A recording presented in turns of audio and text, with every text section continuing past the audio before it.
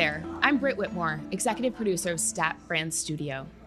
I'm here at the Stat Summit with Dr. Angie Nicholas, Chief Clinical Officer, Jefferson Health, and Fight Colorectal Cancer Board Chair, as well as Dr. Fola May, Associate Professor of Medicine and Director of Quality in Gastroenterology at the University of California, Los Angeles.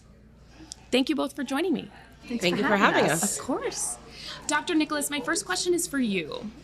Colorectal cancer remains the second leading cause of cancer deaths for men and women. There are multiple screening modalities available to patients. We are seeing improved treatment options come to market, and more patient data exists than ever before. Yet this remains a major health challenge. Can you share a bit about the Colorectal Cancer Care Report and what it aims to achieve?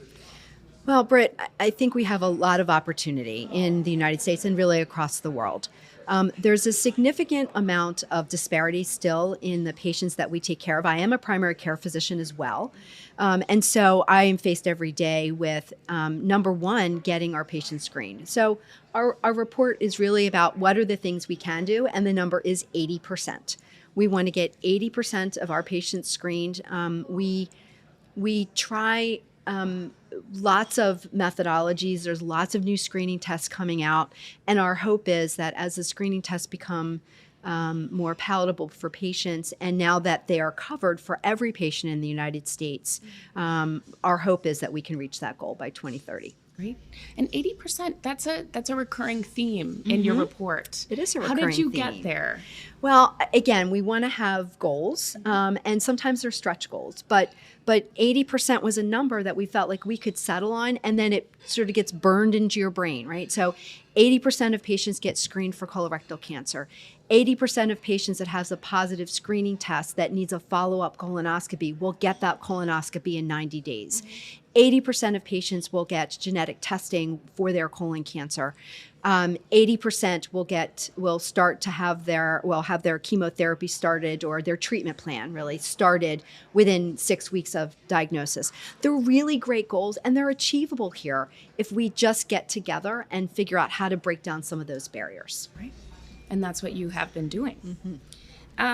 So Dr. May, can you share how can this help us bridge the gap and most effectively utilize the tools we have at our disposal?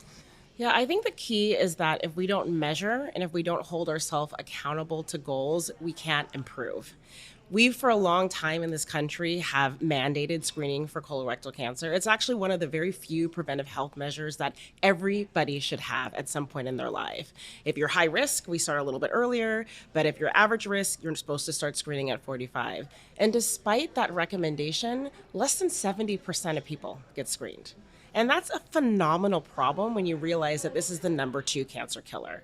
So we recognize that it hasn't worked to just say that over and over again, get screened, get screened, get screened, and that we have to be a little bit more ardent in our messaging and a little bit more specific about our targets and goals.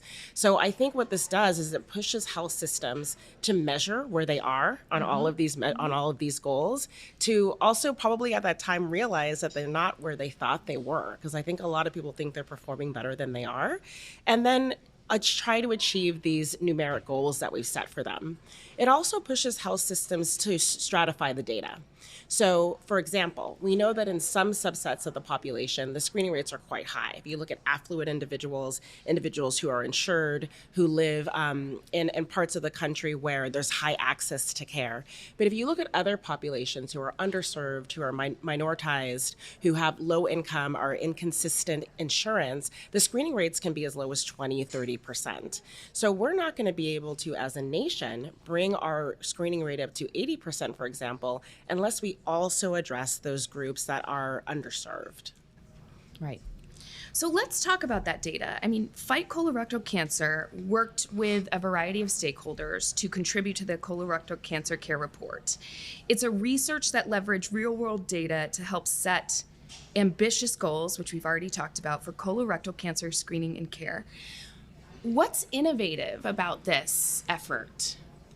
I think that bringing the groups together, the stakeholders across the United States together to agree on a plan, and then B, to agree to set a goal, I think is the number one thing. The big data that we were able to collect from our stakeholders was also a data set we never had before. So to Fola's point, it's great when you look at your numbers and you're saying, oh, I'm at 75%, I'm almost there, but yet you realize that there's a huge population, of your patients that are at 40%. Like, how embarrassing is that? As a primary care doctor, I want everybody to be screened. Everybody needs to have all of these tests done. So I think what really is unique is, again, the groups of people that we were able to get together and get agreement, and then being able to look at that data and stratifying it with some of the techniques that Dr. May talked about really helps us understand that there may be there are a lot of opportunities in populations. And now, for example, with the requirement for screening for social determinants of health for our patients in our health systems, now we're able to overlay that data with our population data and say, oh my gosh, we have a problem in this box of people, and now we need to do something very special for them because they're just as important as everybody else in our health system. Dr. May, would you add? I was going to say, I agree completely. And I think what's super unique about this effort is having such different stakeholders at the table. The reality is that, there are a lot of guidelines out there, but they are targeted to different groups. You might have guidelines that are targeted to primary care, to gastroenterologists, to oncologists. But what we've done in this report is we've actually looked at the measures and the outcomes that we think are most important. And we've brought all those people together in the same room, and we've tried to cover all of those goals. And that's why the goals really range from screening, so pre-diagnosis, all the way up to treatment. We have treatment goals in the report as well. And that's important, to put it all in the same place and to also address the disparities and the measurement issues. Amazing. Well, thank you both for joining me. I'm really looking forward to reading the report. Thank you. Thank you for having us. Thank you.